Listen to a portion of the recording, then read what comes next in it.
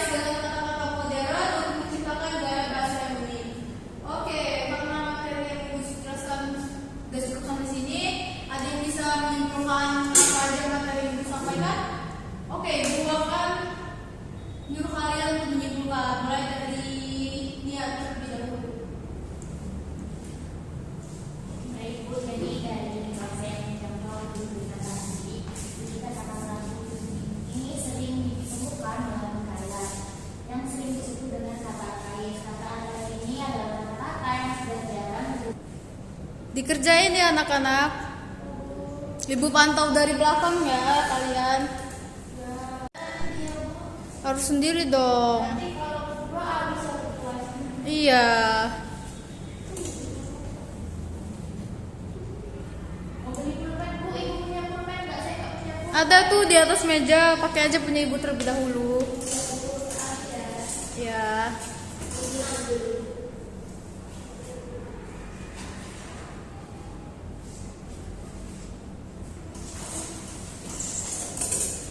Kalian dapat memahami kan apa yang soal ada di buku?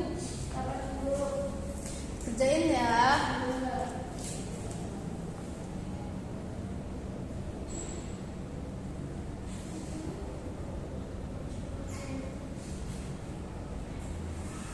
Tulisannya kan gantian. Iya, jadi gantian kalau misalnya Nia capek.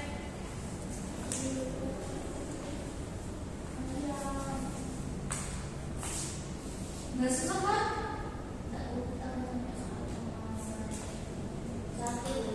Oh, baru kamu satu ya.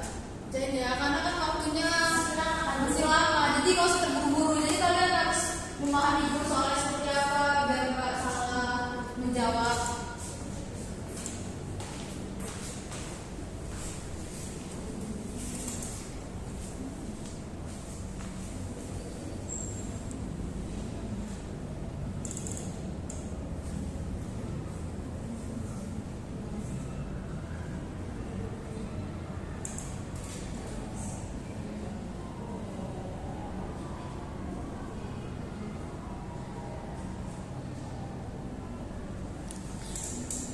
Kayaknya kalian lemes ya. Gimana kalau kita ice breaking terlebih dahulu anak-anak? Halo. Halo anak-anak. Gimana kalau misalnya kita ice breaking terlebih dahulu biar nggak lemas? Yuk berdiri. Ya berdiri ya. Berdiri itu tidak ada. Ya. Yuk kita semangat dulu biar semangat. Yuk Nia pimpin. Dia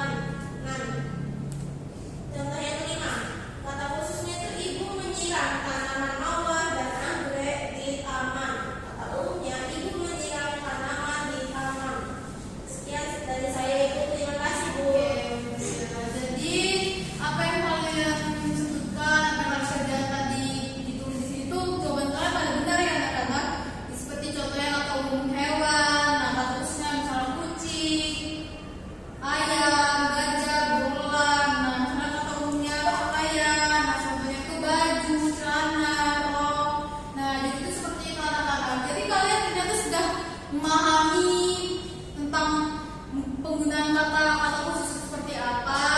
Jadi pelajaran hari ini kalian sudah mengerti semua kan? Sudah.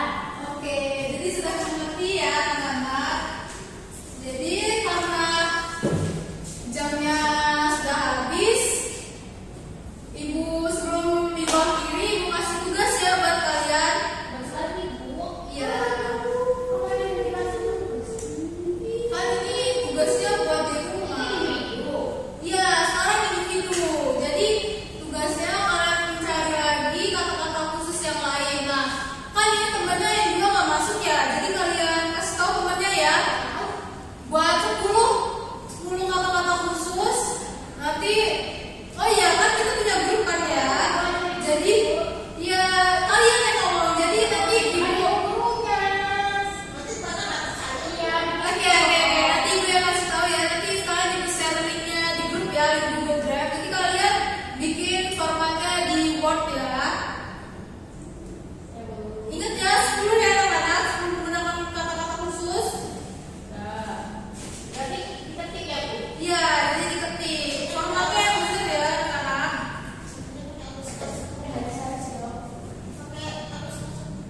Apa?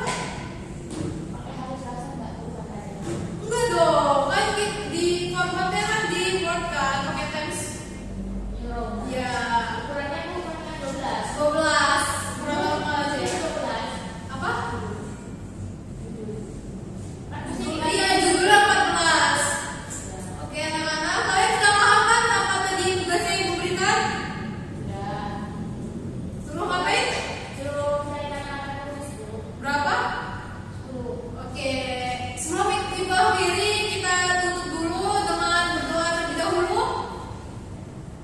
Ya. Baik, teman-teman, semuanya cuma satu.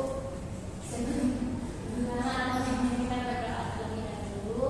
Berdoa sampai. Ibu akhiri ya anak-anak. Wassalamualaikum warahmatullahi wabarakatuh. Waalaikumsalam warahmatullahi wabarakatuh. Ya. Perkenalkan, saya Nia Agustin sebagai observasi lisan dari keterampilan mengajar kelompok kecil dan individual. Nama calon guru Rahmatina Khoiria dengan topik menggunakan kata-kata khusus. Yang pertama ada komponen menunjukkan kehangatan. Saudara Rahmatina menggunakan komponen tersebut. Dan selanjutnya menunjukkan kepekaan, mendengarkan dan merespon. Saudara Rahmatina menggunakan keterampilan tersebut. Yang selanjutnya membangun hubungan saling mengerti, mendukung, membantu dan mengerti perasaan dan menangani emosi siswa. Saudara Rahmatina menggunakan keterampilan tersebut dalam proses pengajaran. Dan yang kedua ada menetapkan tujuan, merencanakan kegiatan dan memberi nasihat dan membantu menilai. Saudara Rahmatina telah menggunakan keterampilan tersebut dalam proses pembelajaran. Dan yang selanjutnya